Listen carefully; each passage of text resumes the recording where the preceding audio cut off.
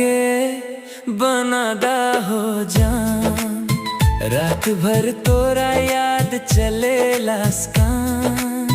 फोटोवा देखी दिल हो जाला परेशान, तू ही बादू हमर जान।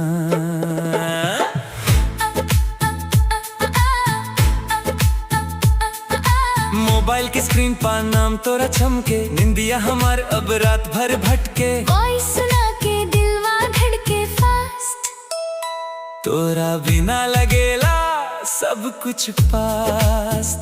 छत पे प्यार के इमोजी भेजा लूं, दिल के फीलिंग हम कैसे कहीं डालूं। ऑनलाइन आके तू ही बोल दा, सुख दिल में बरसात खोल दा।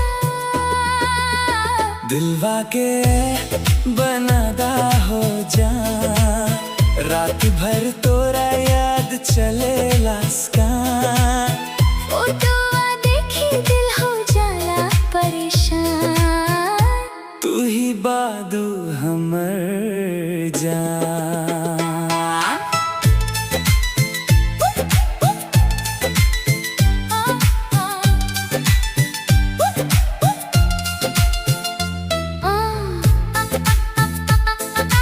इंस्टाग्राम वाली स्माइल बड़ा किलर, टिकटॉक जैसन चले तोरा फिगर। गोरी तोरा आँख में नशा बहवी, तोरा प्यार में हो गइल बानी क्रेजी।